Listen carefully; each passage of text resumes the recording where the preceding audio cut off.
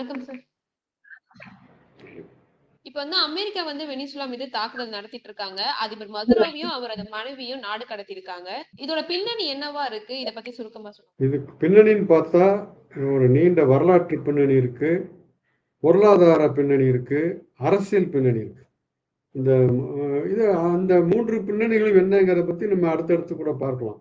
இப்போ உடனடியா என்ன நடந்திருக்குன்றத கவனிச்சோம்னா, இந்த மாதம் 3ஆம் தேதி அமெரிக்க அதிரடிப்படை சிறப்பு படைன்னு பேர் வச்சிருக்கிறாங்க. அந்த படை வந்து ஆபரேஷன் அப்சல்யூட் ரிசால்வ் அப்படின்னு அந்த நடவடிக்கைக்கு பேர். அதாவது முழு தீர்வுக்கான நடவடிக்கை அப்படின்னு அதுக்கு பேர். ஆக முழு தீர்வு அப்படின்னு அவங்க எதை சொல்றாங்கன்னா, இவரை கைது செஞ்சு இவரையும் இவருடைய இணையரையும் கைது செஞ்சு சிறையில் அடைத்திருப்பதைத்தான் முழு தீர்வு என்று சொல்கிறார்கள். எதற்கான தீர்வு என்று பார்த்தால், ஏன் கைது செய்தார்கள் என்று பார்த்தால், அதுல என்ன காரணம் இவர்கள் வெளி உலகத்துக்கு சொல்கிறார்கள் என்றால், அமெரிக்காவுக்குள் நிறைய போதைப் பொருள்கள் கடத்தப்படுகின்றன. அந்த போதைப் பொருள் கடத்துறதுக்கு இவர்தான் காரணமா இருந்தாரு. மதுரோ தான் காரணம்.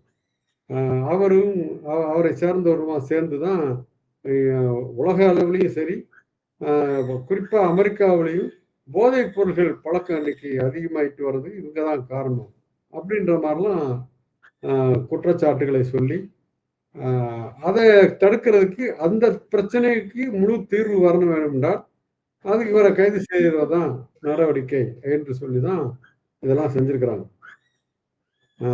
அதாவது ரொம்ப அதிகாலையிலேயே 2 மணி 3 மணி அளவிலேயே குண்டுகள் போடப்பட்டன அந்த நகரத்தின் மீது. அதுக்கப்புறம் மதுரை வந்து பாதுகாப்பு காரணங்களுக்காக வழக்கமான மாளிகையில் அந்த குடியரசு அந்த ஆட்சி தலைவர் அவருக்குன்னு ஒரு மாளிகை இருக்கும் அல்லவா, அங்கே தங்காமல் இராணுவத்தின் கட்டுப்பாட்டில் இருக்கின்ற ஒரு கட்டிடத்துல தான் அவர் இருக்கிறார்.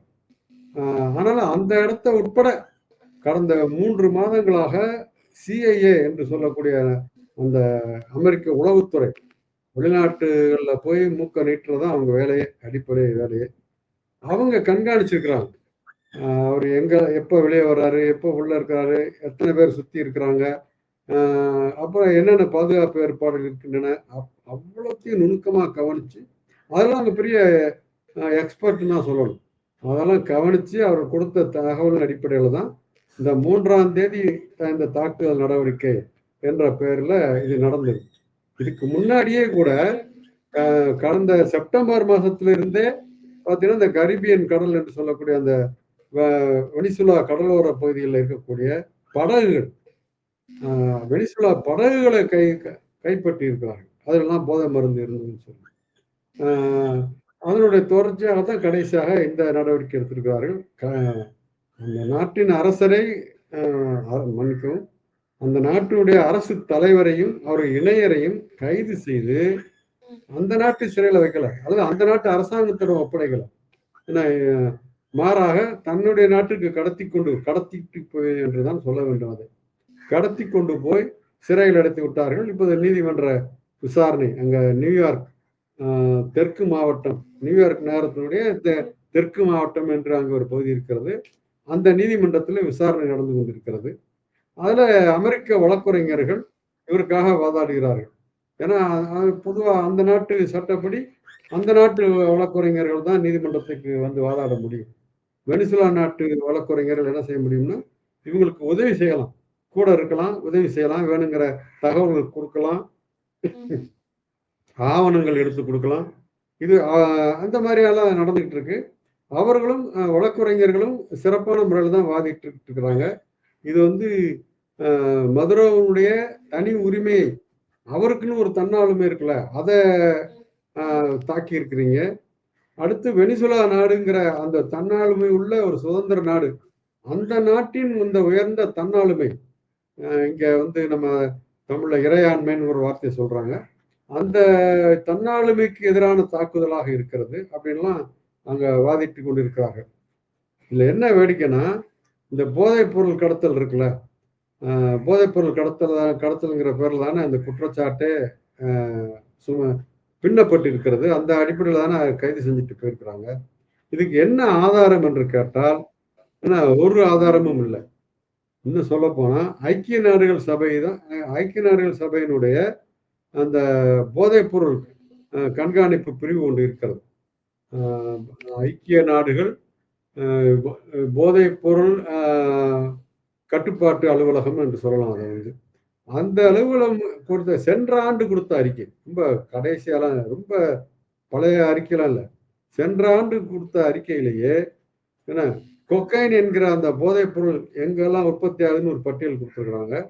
அந்த பட்டியலில் வெனிசுலா கிடையாது. வெனிசுலா அந்த பட்டியலில் இல்லை. சரி, அதை விடுங்க. அதாவது ஐக்கிய நாடுகள் சபை, அமெரிக்காவிலேயே அமெரிக்க அரசினுடைய அதிகாரப்பூர்வமான அமைப்பு ஒன்று இருக்கிறது. அதுவும் இந்த மாதிரி போதைப் பொருள் கட்டுப்பாட்டு பிரிவு தான். அவர்கள் கொடுத்திருக்கிற அறிக்கையில என்ன தகவல்கள் இருக்கின்றன, எந்தெந்த நாடுகளில் போதைப் பொருள் வந்து அவங்க ஏஜென்சியா செயல்படுறாங்க, இந்த மாதிரியான அறிக்கை விவரங்கள்லாம் அதை கொடுத்துருக்காங்க. அதுல பல நாடுகளை குறிப்பிட்டிருக்கிறாங்க. அதுல ஒரு இடத்துல கூட வெனிசுலா பேர் கிடையாது. ஆக ஐக்கிய நாடுகள் அமைப்பினுடைய அறிக்கையிலும் இல்லை, அவர்களுடைய சொந்த நாட்டினுடைய போதைப் பொருள் கட்டுப்பாட்டு பிரிவு அவர்கள் கொடுத்திருக்கிற அறிக்கையிலையும் வெனிசுலா பேர் இல்லை. அப்படிங்கிற வேற என்னதான் ஆதாரம்? இதெல்லாம் அவங்க கேள்வி கேட்க ஆரம்பிச்சிட்டாங்க. உலக மக்களும் கேட்குறாங்க. என்ன, யார நம்பி இந்த விளக்குகள் கொடுக்கப்படுகிறது என்றால், கடந்த கால ஆட்சி முறை இதெல்லாம் ஏற்றுக்கொள்ள முடியாமல், இப்போது இருக்கிற ஆட்சி முறை ஏற்றுக்கொள்ள முடியாமல் வெனிசுலாவில் வந்து அமெரிக்காவுக்கு தப்பி ஓடியவர்கள் இருப்பாங்கல்ல, அது அமெரிக்காவுடைய நடவடிக்கையினால தான் அவங்களாம் அங்கே எதிர்ப்பு நடவடிக்கையில் ஈடுபட்டு இருந்தார்கள். அதெல்லாம் முடியலைங்கிற போது அமெரிக்காவிலே போய் தஞ்சம் பூந்திருப்பார்கள் அல்லவா? அவர்கள் கொடுக்கிற தகவல் என்ன?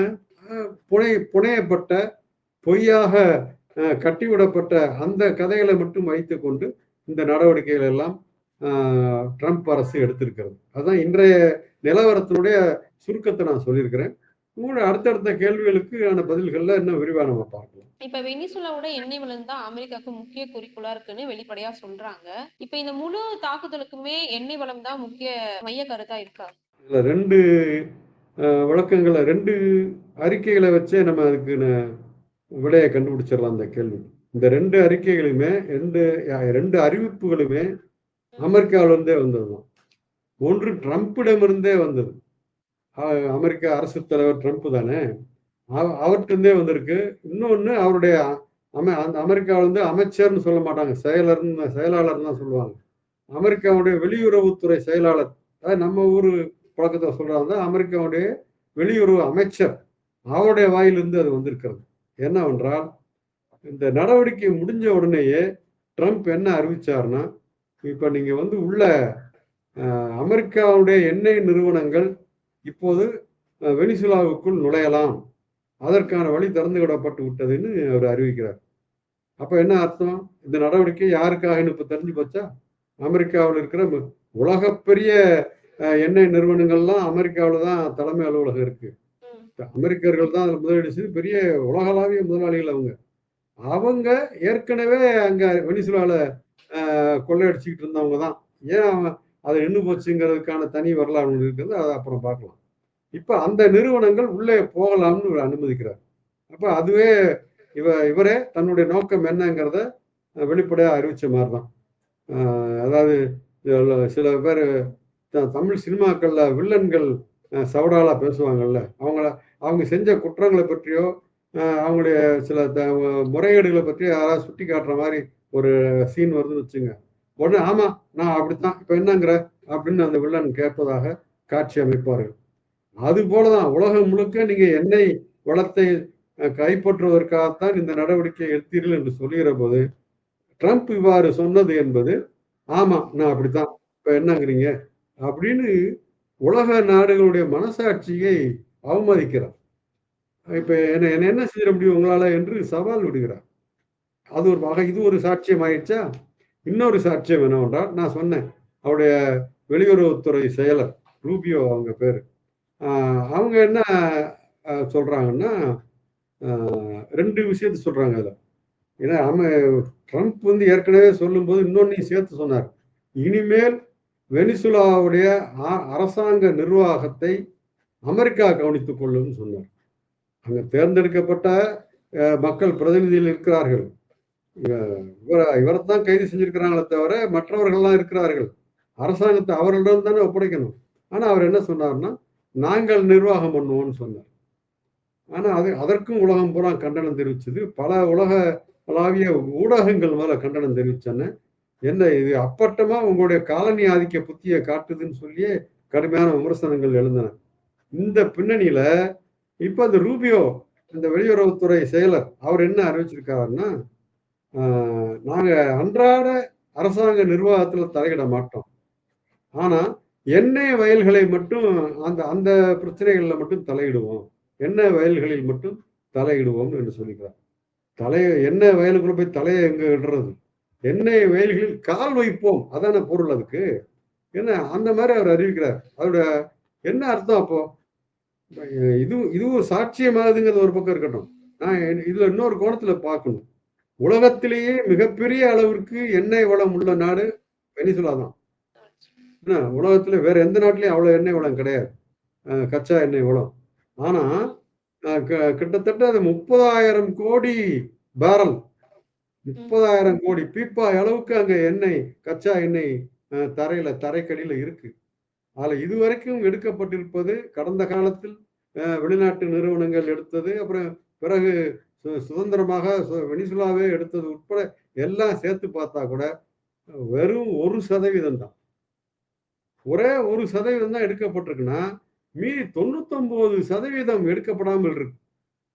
30,000 கோடி பேரல்னு சொன்னேன். அப்புறம் இன்னும் எவ்வளவு இருக்கும் பாருங்க. இதெல்லாம் அந்த அமெரிக்க எண்ணெய் நிறுவனங்களுடைய கண்ணை உறுத்திக்கிட்டே இருக்கு. ஐயோ இவ்வளவு இருக்கு, நம்மளை விரட்டி அடிச்சிட்டாங்களே அப்படிங்கிற அந்த கோபம் அவர்களுக்கு இருக்கிறது. மறுபடியும் அதை கைப்பற்ற வேண்டும் என்கிற தாகம் இருக்கிறது. அதற்கு ஒத்துசைவாகத்தான் நம்ம ட்ரம்ப் வந்து இந்த நடவடிக்கை எல்லாம் எடுத்திருக்கிறார். ஆக இந்த இந்த 2 ஸ்டேட்மெண்ட்டை இவர் இப்படி சொன்னதும், ரூபியோ அப்படி சொன்னதும், ரெண்டுமே சேர்ந்து இப்போ எண்ணெய்க்காகத்தான் இந்த நடவடிக்கை என்பதை அமெரிக்காவே ஒப்புக்கொண்டு வெளியே சொல்வதாகிவிட்டது அல்லவா? எனவே இது மற்ற நாடுகள் சொல்லுகிற அந்த குற்றச்சாட்டு உண்மைதான் என்பதும் இப்பொழுது வெளிப்படுகிறது. அதிபரை வந்து நாடு கடத்துறதுமே சர்வதேச அளவுல எப்படி இதை நியாயப்படுத்துவாங்க? ஜனநாயகமா இல்ல மனித உரிமைன்ட்டு ஒரே கதையை சொல்ல போறாங்களா? அதாவது நீங்க கொஞ்சம் பெரிய பின்னாடி உள்ள வரலாறுல போய் கொஞ்சம் பார்த்தீங்கன்னா, இந்த மனித உரிமை சார்ந்த பிரச்சனைகள் வருகிற போது ஐக்கிய நாடுகள் சபையில வருதுன்னு வச்சுக்கோங்க. மனித உரிமை, பிற நாடுகளுடைய ஜனநாயகம், பிற நாடுகளுடைய சுதந்திரம், இந்த மாதிரியான பிரச்சனைகள் வருகிற போதெல்லாமே அமெரிக்கா வந்து அதற்கு எதிரான நிலைப்பாடு தான் எடுத்து வந்திருக்கு. கடந்த காலத்திலையும் சரி, இப்பவும் சரி, அந்த மாதிரி பார்க்கலாம். ஸோ அதனுடைய தொடர்ச்சியாகவும் இவருடைய நடவடிக்கையை நம்ம பார்க்கலாம். அதே நேரத்தில் இந்த உலக அளவில் இதெல்லாம் சொல்லி காட்டுகிற போது அவங்க அதை பற்றி எந்த கவலையும் இல்லை. இந்த விமர்சனங்கள் பற்றி பொருட்படுத்தாதவராக, அவருடைய கோட்டு பையில தூசி இருந்தால் தட்டி விடுவார்ல, அது மாதிரி தட்டி விட்டுட்டு அவர் பாட்டு எனக்கு என்னென்ன தன்னுடைய நடவடிக்கைகளை தொடர்ந்து மேற்கொண்டு கொண்டு இருக்கிறார். இப்போ இவரை கைது செஞ்சு இவரையும் இவருடைய அவங்க இணையர்கள் எப்படி இதுல சம்பந்தப்படுறாங்க நமக்கு தெரியல என்ன. ஆனா அவங்களையும் கைது செஞ்சிருக்கு. இன்னும் 3 பேர் இந்த வழக்குல பாத்தீங்கன்னா, இப்ப நீதிமன்றத்துக்கு வழக்கு வந்துருச்சுல, அதுல பார்த்தீங்கன்னா மொத்தம் 5 பேர் மீது குற்றம் சாட்டி இருக்கிறாரு. இந்த 2 பேர் போக மீதி 3 பேர். அந்த மீதி 3 பேரும் இன்னும் அமெரிக்காவுக்கு கொண்டு போகப்பட்டார்களா இல்ல இங்கேயே இருக்கிறார்களான்னு இன்னும் தெளிவா வரல. விஷயம் வேற மாதிரி கூட இருக்கலாமோ அப்படின்ற கவலை கூட ஏற்படுகிறது. ஆனா பொதுவா இல்ல, அவர்கள்னா வெனிசுலாவில் தான் இருக்கிறார்கள் என்பதாக கருதப்படுகிறது. இதெல்லாம் நினைச்சு பார்க்க வேண்டியிருக்கிறது. அப்ப இந்த விமர்சனங்களை எல்லாம் அவர் பொருட்படுத்தவில்லை என்பதும், மற்ற நாடுகளுடைய ஜனநாயகம் என்பது இவர்கள் நினைக்கிற ஜனநாயகமாக இருக்க வேண்டும். உதாரணமா அந்த லத்தீன் அமெரிக்க நாடுகளிலே இவருடைய அரசியலுக்கு ஒத்து போகக்கூடியவர்கள் இருக்கிறார்கள். இன்னும் சொல்ல போனால் அந்த ஐக்கிய நாடுகள் சபையினுடைய அந்த அறிக்கையில சொல்லி காட்டப்பட்டிருக்கிற நாடுகள், போதைப் பொருள் வைத்திருக்கிற நாடுகள், அமெரிக்காவுடைய அந்த அமைப்பு சுட்டி காட்டியிருக்கக்கூடிய போதைப் பொருளை கையாளுகிற நாடுகள், வெளிநாடுகளுக்கு ஒரு ஏஜென்சி அதுக்கான மையமாக இருக்கிறார்கள் என்று பார்த்தா அதுல வேற சில நாடுகள் இருக்கு. அந்த நாடுகளோடெல்லாம் இவர் ரொம்ப நல்ல உறவை வச்சுக்கிட்டு இருக்கிறார். அப்படி அந்த அந்த பேரே எடுக்காத, அதுக்கு வாய்ப்பே இல்லாத வெனிசுலா மீது திடீரென்று, ஏன்னா அந்த இன்னும் நாளாகிக்கிட்டே இருக்க முடியாது. இந்த பெட்ரோ டாலர் என்று சொல்வார்களே, பெட்ரோல் தான் இன்னைக்கு உலகத்துடைய பொருளாதாரத்தை தீர்மானிக்கிற விஷயமாக இருக்கிறது. அதை கைப்பற்ற வேண்டும் என்றால் என்ன, ஏன்னா அவங்க இவரை மறுபடியும் ஆட்சிக்கு கொண்டு வந்தவங்களே அவங்க தானே. ஏன்னா இவருக்கான பண செலவு அத்தனையும், தேர்தல் செலவு எல்லாத்தையும் யார் செஞ்சிருப்பாங்க? அப்ப அந்த நிறுவனங்கள் என்ன, எங்க நோக்கத்தை நிறைவேற்ற மாட்டீங்களான்னு நெருக்கடி கொடுக்கிற போது, நான் செஞ்சு காட்டுறேன் பாருங்க அப்படின்னு சொல்லி, ஆனா அமெரிக்க மக்கள் ஏற்றுக்கொள்ள வேண்டும்ல. அப்ப என்ன பண்றாருன்னா, வேற ஒரு நியாயமான காரணத்துக்காகத்தான் இதெல்லாம் செய்யறேங்கிற மாதிரி இந்த போதைப் பொருள் அப்படிங்கிற விஷயத்தை, ஏன்னா பொதுவா போதைப் பொருள் நம்ம நாட்டுக்குள்ள வருது, நம்முடைய இளைஞர்கள்லாம் கெட்டு போறாங்கன்ற கவலை பொதுவா எல்லாருக்கும் இருக்கும்ல.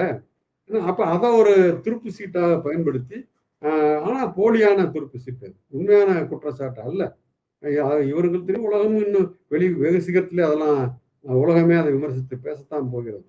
அப்ப இதெல்லாம் சேர்த்துதான் மற்ற தனக்கு ஒத்து வராத நாடுகளாக இருந்தால் அதன் மீது நடவடிக்கை எடுப்பார் அப்படின்னு. ஏன்னா இப்ப இது கூட புதுசு இல்லை. நேற்றைக்கு அவர் பேசியிருக்கிறார். என்ன பேசியிருக்கிறார் என்றால், என்ன, என் மனதிற்கு இணக்கமாக நடந்து கொள்ளக்கூடிய நாடுகளுக்கு நான் சாதகமாக இருப்பேன், அவர்களுக்கு எல்லா ஒத்துழைப்பும். அப்ப என்ன அர்த்தம்? இணக்கம் இல்லாத நாடுகளுக்கு எதிராக இருப்பேன் அப்படின்னு அவரே சொல்லாம சொல்றாருன்னு தானே அர்த்தம். அதுதான் இப்ப நடந்து கொண்டிருக்கிறது. அந்த இணக்கம் இல்லாத நாடுகள் பட்டியல்ல குறிப்பா இடதுசாரி கருத்துக்கள் உள்ளவர்கள், மக்கள் நலத்தில் அக்கறை உள்ளவர்கள், இவர்கள் எல்லாம். அப்ப இதற்கு என்ன காரணம், இதற்கு என்ன பின்னணிங்கிறத நம்ம அடுத்தடுத்து பார்க்கலாம். ட்ரம்ப் வந்து ஏன் எல்லா நாட்டிலுமே வந்து இவ்வளவு அவசரமா வந்து ஏதாவது ஒரு தலையீடு செஞ்சுட்டே இருக்காரு? அமெரிக்கா இஸ் ஸ்ட்ராங் அப்படின்றதுக்காக இப்படிலாம் பண்ணிட்டு இருக்காரா? அமெரிக்கா அது பொதுவா அமெரிக்கா வந்து ஒரு ஏகாதிபத்திய நாடு என்று தானே சொல்றோம். அந்த ஏகாதிபத்தியத்திற்கு என்று ஒரு புத்தி இருக்கு. உதாரணமா வெறும் பொருளாதாரம் தான் அப்படின்னு பார்த்தோம்னா, ஒரு வேற பல நிறுவனங்களை ஒன்றா இணைச்சு போட்டு அதை மற்ற நிறுவனங்களை பூரா அழிச்சு தான் மட்டுமே நிற்கிற ஒரு நிறுவனத்தை ஏகபோக நிறுவனம்னு சொல்லுவோம், பெரிய நிறுவனம் சொல்லுவோம். இப்போ அதுக்கு வந்து புதிய வார்த்தைகளாக கார்பரேட் செக்டார் அப்படி இப்படிலாம் வந்துருச்சு. அதெல்லாம் இருக்குன்னா, இது ஏகாதிபத்தியம் என்பது ஒரு பக்கம் பொருளாதாரத்தை தன்னுடைய ஆதிக்கத்தில் வச்சுக்கிறது, இன்னொரு பக்கம் மற்ற நாடுகளுடைய அரசியலில் தலையிடுவது. அந்த அரசியலில் தலையிடுவது என்றால் நீங்கள் சொன்னதுதான், அந்த ஜனநாயகத்தில் தலையிடுவது, அந்த நாட்டினுடைய சுதந்திரத்தில் தலையிடுவது, அந்த நாட்டினுடைய மக்களுடைய வாழ்க்கையில் பண்பாட்டில் தலையிடுவது. இப்படி அதுக்கு பெரிய விரிந்த அர்த்தம் இருக்கிறது ஏகாதிபத்தியம் என்பது. அந்த புத்தியை கடந்த சில ஆண்டுகளை விட இப்போது மிக அப்பட்டமாக ட்ரம்ப் வெளிப்படுத்தி கொண்டே இருக்கிறார் என்றுதான் இதை பார்க்க வேண்டியிருக்கிறது. ஆக அமெரிக்காவுக்கு கடந்த காலத்திலும் இதே போன்றெல்லாம் நடந்திருக்கிறது. நீங்க நல்லா கேட்டீங்க, இது போல அடிக்கடி தலையிடுறாங்க. ஒண்ணும் இல்லை, நம்ம பார்த்தோம், ஈராக்ல உள்ள புகுந்து என்ன பண்ணாங்க, அங்க வந்து பேரழிவு ஆயுதங்கள் இருப்பதாக சொல்லி தானே உள்ள நுழைஞ்சாங்க. அதற்கென்று ஒரு அமெரிக்காவே அமைத்த ஒரு இன்ஸ்பெக்ஷன் டீம் என்று ஒரு ஆய்வு குழு, அவர்கள் உள்ளே போய் பார்த்துட்டு எல்லா இடத்தையும் அழைச்சிட்டு பல ரகசிய இடங்கள் உட்பட ஆராய்ந்து பார்த்து விட்டு வந்து சொல்கிறார்கள், அப்படிப்பட்ட பேரழிவு ஆயுதம் எதுவுமே அங்கே இல்லைன்னு சொல்லி. ஆனா அவரு அதோட அந்த அன்றைக்கு அப்படியே நிக்கலையே, அவரை கைது செய்தார்கள். ஈராக் அரசு தலைவரை கைது செய்தார்கள். கொஞ்சம் அவர்களாக ஒரு விசாரணை என்றாக நடத்தி அவர்களாக ஒரு தீர்ப்பை வழங்கி கடைசி தூக்கில் போட்டு கொலை செய்தார்களே. இது நடந்தது இல்லை. அது மாதிரி சிலி நாட்டுல இடதுசாரி அரசாங்கம் இருக்கிறது, அதை கவிழ்க்கிறார்களே உள்நாட்டு கலவரத்தை ஏற்படுத்தி. அதே போல வேற பல நாடுகள் நம்ம உதாரணம் சொல்லிக்கிட்டே போகணும். குவாதமாலால அப்படிதான் நடந்துச்சு. என்ன இப்படி இது வந்து இவருக்கு ஒரு பிறவி குணம் என்று சொல்வதா, அல்லது இதெல்லாம் செஞ்சாதான் இது அமெரிக்கா இஸ் ஸ்ட்ராங் அப்படின்னு காட்டுறதை விட, இப்படிலாம் செஞ்சாதான் நம்ம ஸ்ட்ராங்கா இருக்க முடியுங்கிற ஒரு அப்படிப்பட்ட ஒரு மூடத்தனமான எண்ணம் அது. அந்த மூடத்தனமான எண்ணம் வந்து மற்ற நாடுகளை அடிமைப்படுத்தவும் மற்ற நாடுகளை கிள்ளுக்கரையாக நினைக்கவும் விட்டு செல்கிறது. அதை இந்த மாதிரியான விமர்சனங்கள் எதையும் பொருட்படுத்தாமல் செய்து கொண்டே இருக்கிறார்கள். இதனுடைய அடுத்த புதிய அத்தியாயமாக இவருடைய ட்ரம்ப்புடைய இந்த நடவடிக்கை வந்திருக்கிறது அப்படின்னு நான் பார்க்கிறேன். ம். இந்த அரெஸ்ட் வந்து உண்மையா சட்டப்படியானதா? அப்படி இல்லன்னா எங்ககிட்ட மோதுனா இதுதான் முடிவு அப்படின்றத காட்டுறதுக்காக இப்படிலாம் பண்றாங்களா? ஆமா, நீங்க சொன்னதுதான். ஏன்னா இதுக்கு பின்னாடி என்னெல்லாம் இருக்கு, ஏன் அவருக்கு இவ்வளவு கோபம் வந்திருக்கு இவங்க மேல அப்படிங்கிறதுக்கான சிறு வரலாற்று பின்னணியை பார்த்து தான் இந்த கேள்விக்கான விடையை நம்ம சரியா கண்டுபிடிக்க முடியும். என்னன்னா வெனிசுலா வந்து 1811ஆம் ஆண்டிலே விடுதலை பெற்ற ஒரு நாடு. ஸ்பெயின் நாட்டு ஆக்கிரமிப்புல இருந்த நாடு அது. அவருடைய காலனி நாடாக இருந்தது. 1811ல விடுதலை பெற்று விட்டது. சொல்லப்போனா அதுக்கப்புறம் கூட ஸ்பெயின் ராணுவம் அங்கேயே இருந்தது. 1821ல அதையும் விரட்டிட்டாங்க மக்கள். கிட்டத்தட்ட அதுக்கப்புறம் முழுமையா சுதந்திர நாடு ஆயிடுச்சு. ஆனாலும் ஒரு பக்கம் சுதந்திரம் அடைந்தாலும் இன்னொரு பக்கம் பார்த்தீங்கன்னா கடுமையான பொருளாதார நெருக்கடி, கடுமையான ஊழல் பிரச்சனை, இப்படியெல்லாம் அங்க நிலவரங்கள் இருக்கிற போது இந்த பல்வேறு குழப்பங்கள் இருக்குண்ணே. அந்த குழப்பங்களுக்குள்ள போய் மீன் பிடிக்க முடியுமான்னு இவங்கெல்லாம் முயற்சி பண்ணிட்டு இருக்கிறாங்க. இதுக்கிடையில அங்க இருக்கிற எண்ணெய் வளத்தை தெரிந்து கொண்டு வெளிநாட்டு நிறுவனங்கள், குறிப்பாக அமெரிக்க நிறுவனங்கள் உள்ள புகுந்து அவங்களுடைய சொந்த எண்ணெய் கிணறுகளை அமைக்கிறார்கள், அந்த நிறுவனங்களையும் அமைக்கிறார்கள். இந்த பின்னணியில் தான் 1970களில் என்ன அந்த 70ஆம் ஆண்டு கிட்டத்தட்ட இன்னையிலேருந்து பார்த்தீங்கன்னா ஒரு 55 ஆண்டுகளுக்கு முன்னால் அப்போ ஆட்சியில் இருந்தவர், அரசு தலைவராக இருந்தவர் என்ன ஒரு இதை கொண்டு வராருன்னா அந்த நிறுவனங்களை பூரா அரசுடைமையாக்குகிறார். அந்த எண்ணெய் நிறுவனங்களை அதுக்கு ஒரு புது பேர் வைக்கிறார், PDSVA அப்படின்னு. அந்த கம்பெனி அது முழு பேர் அது லத்தீன் இதில் வரும். அதனால நம்ம PDSVAன்னு தெரிஞ்சுக்கிட்டா போதும். அது ஒரு பெரிய நிறுவனம். அதன் கீழே பல துணை நிறுவனங்கள், கிளை நிறுவனங்கள்லாம் இருக்கும். அந்த நிறுவனத்தை முதல்ல அரசுடைமை ஆக்குறார். அதுவே இவர்களுக்கு ஒரு முதல் அடி. யாருக்கு? இந்த அமெரிக்க எண்ணெய் நிறுவனங்களுக்கு.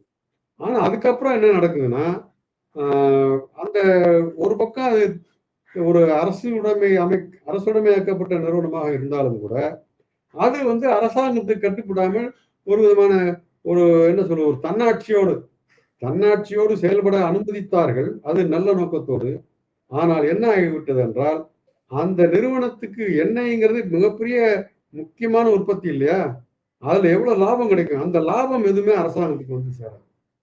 அரசாங்கத்துக்கு ஒரு பெர்சன்டேஜ், ஒரு ஒரு உடன்பாட்டின் அடிப்படையில் ஒரு குறிப்பிட்ட சதவீதத்தை கொடுப்பார்கள். பல நிறுவனங்களும் தங்களுடைய லாபத்தில் ஒரு பகுதியை பங்குதாரர்கள் கொடுப்பது போல அரசாங்கத்துக்கு கொடுத்துருவார்கள். மீதியை அந்த நிறுவனமே வைத்துக் கொள்ளும். அதில் இருக்கிற உயர் அதிகாரிகளுக்கான சம்பளம், அப்புறம் அந்த நிறுவனம் வந்து புதிய புதிய கட்டடங்கள் அல்லது உள்கட்டமைப்புகள்னு செலவழிப்பாங்க இல்லையா, அதுக்கு இவ்வளவுதான். அதுக்குள்ளேயே சுத்திக்கிட்டு இருக்கு. இந்த பின்னணியில தான் 1998 ஹியூகோ சாவேஸ் அவர்கள், அதனால ஒரு மாற்று முற்போக்கான சிந்தனைகள் படைத்தவர், ஒரு இடதுசாரி ஆதரவாளர். அவர் வந்து ஆட்சி பொறுப்புக்கு வருகிறார். அவர் இதெல்லாம் எதிர்த்து போராடுறார். ஊழலை எதிர்த்து போராடி இருக்கிறார். இந்த எண்ணெய் நிறுவனம் வந்து இப்படி வந்து மக்களுக்கே பயன்படாமல் இருப்பதை எதிர்த்து குரல் கொடுக்கிறார். அப்புறம் வேற பல விஷயங்கள். இதெல்லாம் பார்த்துதான் மக்கள் அவரை ஆட்சி பொறுப்புக்கு கொண்டு வருகிறார்கள். ஆட்சி பொறுப்புக்கு வந்தவொன்னு அவர் செஞ்ச முதல் வேலை என்னன்னா, அரசாங்கத்துக்கு உள்ளேயே இன்னொரு அரசாங்கம் போல் செயல்பட்டு கொண்டிருந்த அந்த PDVSA நிறுவனத்தினுடைய அந்த போக்கை கட்டுப்படுத்துகிறார். அந்த நிறுவனத்துடைய முழு, ஏன்னா இது அரசாங்க நிறுவனம், அப்ப அந்த லாபம் முழுக்க அரசாங்கத்துக்கு தான் வந்து சேரணும். திரும்ப அடுத்தடுத்த வளர்ச்சிகளுக்கு என்ன தேவை அரசாங்கத்தை கேட்டு வாங்கிக்கங்க என்பதாக ஒரு நடவடிக்கையை கொண்டு வருகிறார். அப்ப ஏற்கனவே அந்த நிறுவனத்துல ஊறி போய் அப்படியே அந்த மற்ற நாடுகளுக்கு அனுப்புகிற அந்த லாபத்துல திளைத்தவர்கள் இருந்திருப்பாங்கல்ல, பல வசதிகளை அனுபவித்து இருந்திருப்பார்கள், அவங்க எல்லாம் கடுப்பாகிறாங்க.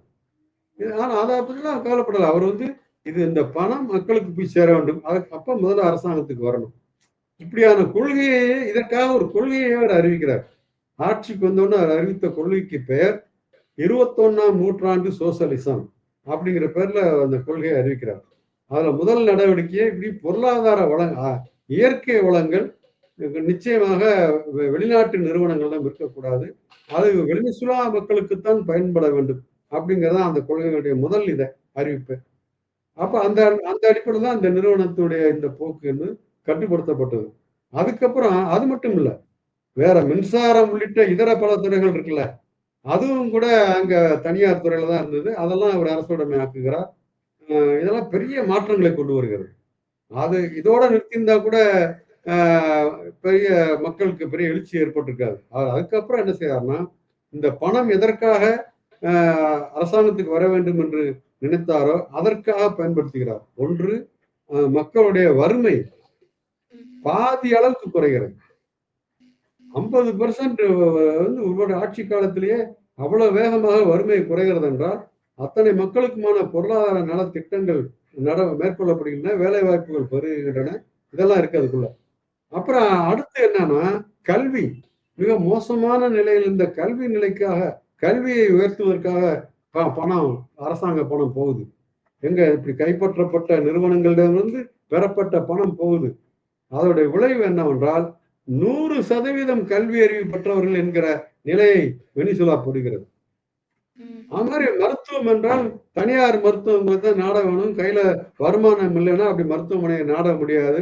உடல் நலிவுற்று நொந்து போக வேண்டும் அல்லது மரணத்தை செல்வ வேண்டும் என்கிற நிலைமைக்கு ஒரு முற்றுப்புள்ளி வைக்கிறார். ஏழைகளுக்கு இலவச மருத்துவ சர்வீஸ் என்று அதற்கான மருத்துவமனைகள், தனி மருத்துவமனைகள், இருக்கிற மருத்துவமனைகள் அதற்கான தனி ஏற்பாடுகள் என்றெல்லாம் கொண்டு வந்துடுறாங்க. அப்ப இது மாதிரி இது சார்ந்த வேற பல மக்கள் நல திட்டங்கள் எல்லாத்தையும் வெற்றிகரமாக செயல்படுத்துறாங்க. சும்மா மேம்போக்கா இல்ல. இதெல்லாமே மற்ற நாடுகளும் கவனிக்கின்றன. மற்ற நாடுகளுக்கு அது ஒரு ஈர்ப்பாக கூட இருக்கிறது. இந்த 21ஆம் நூற்றாண்டு சோசியலிஸ்ட் திட்டம் மற்ற நாடுகளுக்கு எப்படி மற்ற நாடுகளில் இருக்கக்கூடிய இப்படிப்பட்ட நல்ல மாற்றங்கள், முற்போக்கான மாற்றங்கள் வர வேண்டும் என்று விரும்பக்கூடிய சக்திகள் இருப்பாங்கல்ல, அவங்களுக்கெல்லாம் நம்பிக்கை அளிப்பதாக இருக்கிறது. அதே நேரத்துல அமெரிக்க அரசுக்கும் அதே போன்று இருக்கக்கூடிய மற்றவர்களுக்கும் இது ஆத்திரத்தை ஏற்படுத்துகிறது. ஒரு அச்சத்தை கூட ஏற்படுத்துகிறது. என்னவென்றால் இது அப்படியே மற்ற நாடுகளுக்கு பரவுமோ? லத்தீன் அமெரிக்க நாடுகள் மற்ற சுத்தி இருக்கிறது அவங்க லத்தீன் அமெரிக்க நாடு தானே. அந்த லத்தீன் அமெரிக்க நாடுகளில் அமெரிக்கா வந்து தன்னுடைய பின்புறத்து தோட்டம் என்றுதான் கருதி வந்திருக்குன்னு ஒரு சொல்றாங்க. பேக்யார்டு கார்டன் சொல்லுவாங்க இல்லையா? அந்த அந்த பின்புற தோட்டம் என்றால் அவர்கள் மகிழ்ச்சியாக இருப்பதற்கு, ஓய்வு எடுப்பதற்கு அந்த மண்ணில் என்ன வேணாலும் செஞ்சுக்கலாம்ல தன்னுடைய வீட்டு தோட்டம் என்கிற போது. அது போலதான் அந்த அந்த இயற்கை வளங்களை எல்லாம் கைப்பற்று வைத்துக் கொண்டது என்பதெல்லாம் இந்த கொள்கையினுடைய இந்த அணுகுமுறையுடைய விளைச்சல் தான். இதுக்கெல்லாம் முற்றுப்புள்ளி வைக்கிறார் சாவேஸ். அப்ப இருந்தே அமெரிக்க அரசனுடைய இந்த ஆத்திரமும் கோபமும் சதிகளும் கூட புறப்பட்டு விட்டன. சொல்ல போனா 2002ஆம் ஆண்டு வாக்கிலே சாவேஸுக்கு எதிராக அந்த வெனிசுலாவிலேயே இராணுவத்தினர் ஒரு பகுதியை கிளப்பி விட்டு அவர்களை கிளர்ச்சி செய்ய வைக்கிறார்கள் அமெரிக்க ஆட்சியாளர்கள். ஆனா விரைவிலேயே மக்கள் அதை முறியடிக்கிறார்கள். மக்களுடைய போராட்டங்களால் என்ன ஆகிறது என்றால் மீண்டும் சாவேஸ் அரசு தலைவராக பொறுப்பேற்கிறார். 3 தேர்தலில் அடுத்தடுத்து அவரே தேர்ந்தெடுக்கப்படுகிறார். 3வது தேர்தலுக்கு வந்து அதுக்கப்புறம் இதே நடவடிக்கை தொடர்கிற நிலையில் தான் அவர் காலமாகிறார். அவர் காலமான பிணையில தான் இவர் பொறுப்புக்கு வருகிறார். நம்ம மதுரோ பொறுப்புக்கு வந்ததுக்கு அப்புறம் அந்த ஏற்கனவே தொடங்கப்பட்ட அந்த நடவடிக்கைகளை அப்படியே தொடர்கிறார். இதுல இவர்கள் எதிர்பார்த்த சரி ஆட்சி மாற்றத்தின் காரணமாக கொஞ்சம் அணுகுமுறை மாற்றம் இருக்கும், கொஞ்சம் நம்ம கூட எல்லாம் அனுசரிச்சுட்டு போவாருங்கிற எதிர்பார்ப்பெல்லாம் அவர் இல்லைங்கிறார். நான் இந்த நாட்டு மக்கள் தான் எனக்கு முக்கியங்கிறதுல அவரும் உறுதியா இருக்கிறார். ஆக இதெல்லாம் சேர்ந்துதான் இந்த பின்னணியெல்லாம் இணைச்சு பார்த்தீங்கன்னா ஏன் வெனிசுலா மக்களால் தேர்ந்தெடுக்கப்பட்ட அரசாங்கத்தின் மீது அமெரிக்க அரசாங்கத்திற்கு இவ்வளவு கோபம், இவ்வளவு ஆத்திரம் என்பதை நாம் புரிந்து கொள்ள முடியும். இன்றைய நடவடிக்கை அதற்கு அப்பட்டமான எடுத்துக்காட்டாக அமைந்திருக்கிறது. இப்ப வெனிசுலா கேக்குறது என்னன்னா தன்னோட எண்ணெய் மீதான உரிமை. இப்ப அமெரிக்கா கேக்குறது அந்த எண்ணெய் மீதான கட்டுப்பாடா? இதை நம்ம எப்படி பார்க்கலாம்?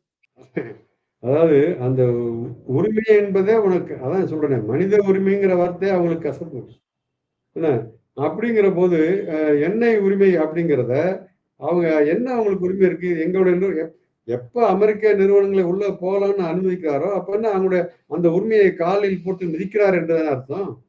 அப்ப அமெரிக்க நிறுவனங்கள் போய் வளைத்துக் கொள்வார்கள். ஆனா இன்றைக்கு என்ன நிலைமைனா இவங்க இப்ப இடைக்கால அரசு வந்திருக்கிறது. இப்ப இவருக்கு பிறகு மதுரோவுக்கு பிறகு மதுரோவை அங்கே கடத்தி போன பிறகு இப்ப இப்போ ஒருவர் இப்ப வந்து ஏற்கனவே துணைத் தலைவராக இருந்தவரை அரசு தலைவராக ஆக்கி விட்டார்கள். ஏன்னா அந்த நாட்டு உச்ச நீதிமன்றம் அவரை நியமிக்கிறது. அவரும் சரி அது மாதிரி ராணுவத்தினரை மறுபடியும் பயன்படுத்தலாம், ராணுவத்தை பயன்படுத்தி வெனிசுலாக்குள்ள போய் ஏதாவது குழப்பம் பண்ணலான்ட்டு நினைத்திருந்தார்கள். அதற்கு மாறாக ராணுவத்துடைய தலைமை தளபதி இந்த 2 பேருமே என்ன சொல்றாங்கன்னா, எங்களுக்கு தலைவர் மதுரோ தான் அறிவிக்கிறாங்க. ஏன்னா அவரை நாம் மீட்பதற்காக என்ன வேணாலும் செய்வோம், எவ்வளவு வேணுமானாலும் செலவு இப்ப கோடிக்கணக்கில் பணம் கொடுத்து தான் அந்த வழக்கு நடத்துறாங்க. ஏன்னா அமெரிக்க வழக்குரைகள் என்ன இலவசமாக வழக்கு நடத்தி கொடுப்பார்கள். அப்ப அது மட்டும் இல்லாம வேற எத்தனையோ பல விதமான செலவுகள் இருக்கும்ல. அதெல்லாம் அவர்கள் செய்ய தயாரா இருக்கிறார்கள். ஏன்னா அந்த அளவுக்கு மக்களுடைய மதிப்பையும், மக்களுடைய அன்பையும் பெற்ற தலைவராக மதுரோ இருந்திருக்கிறார். அவரையும் அவருடைய இணையரையும் மீட்பதற்கு எல்லா நடவடிக்கையும் மேற்கொள்வோம் என்று சொல்லியிருக்கிறார். ஆக கிட்டத்தட்ட இது பின்வாங்கி விட்ட நிலைமையில தான், அதாவது ராணுவத்தை பயன்படுத்த முடியாது, மக்களுடைய ஆதரவை திரட்ட முடியவில்லைங்கிற பின்னணியில் தான் உலகளாவிய அளவுல ஒரு நியாயப்படுத்துவதற்காக இப்படி போதைப் பொருள் விவகாரத்தை கிளப்பி விட்டு இல்லாத ஒரு குற்றச்சாட்டை சுமத்தி அவரை சிறையில் அடைத்திருக்கிறார்கள். நிச்சயமாக வரலாறு வரலாறு என்றால் கடந்த கால வரலாறு அல்ல, நிகழ்கால வரலாறு இதற்கு சரியான படிப்பினையை, சரியான தண்டனையை ட்ரம்புக்கும் அமெரிக்காவினுடைய அந்த ஏகாதிபத்திய புத்திக்கும் வழங்கும் என்று நான் விரும்புகிறேன், வழங்க வேண்டும் என்று எதிர்பார்க்கிறேன்.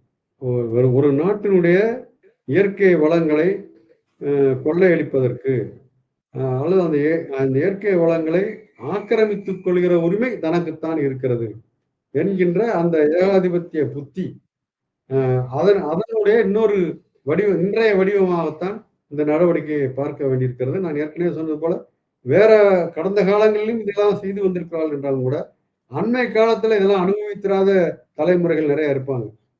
அமெரிக்காவை பத்தி அப்படிலாம் சொல்லலாம். ஏன்னா அமெரிக்காவை பற்றி ஒரு கிரேஸ் இருக்குல்ல, அங்க அப்படி இருக்கு இப்படி இருக்குன்னு. அப்படிலாம் இல்லை. அங்க எவ்வளவு அப்பட்டமான முறையில இப்படிப்பட்ட அடிப்படை உரிமைகளை, ஒரு நாட்டினுடைய உரிமைகளையே கூட தூக்கி எறிகிறார்கள் என்பதையெல்லாம் கண்கூடாக பார்ப்பதற்கு, இன்னும் என்னுடைய மொழியில் சொல்வதென்றால் அந்த ஏகாதிபத்தியத்தின் புத்தியை புரிந்து கொள்வதற்கு இது ஒரு வாய்ப்பாக அமைந்திருக்கிறது என்று கூட நான் நினைக்கிறேன். கருத்திற்கும் நேரத்திற்கும் வணக்கம்.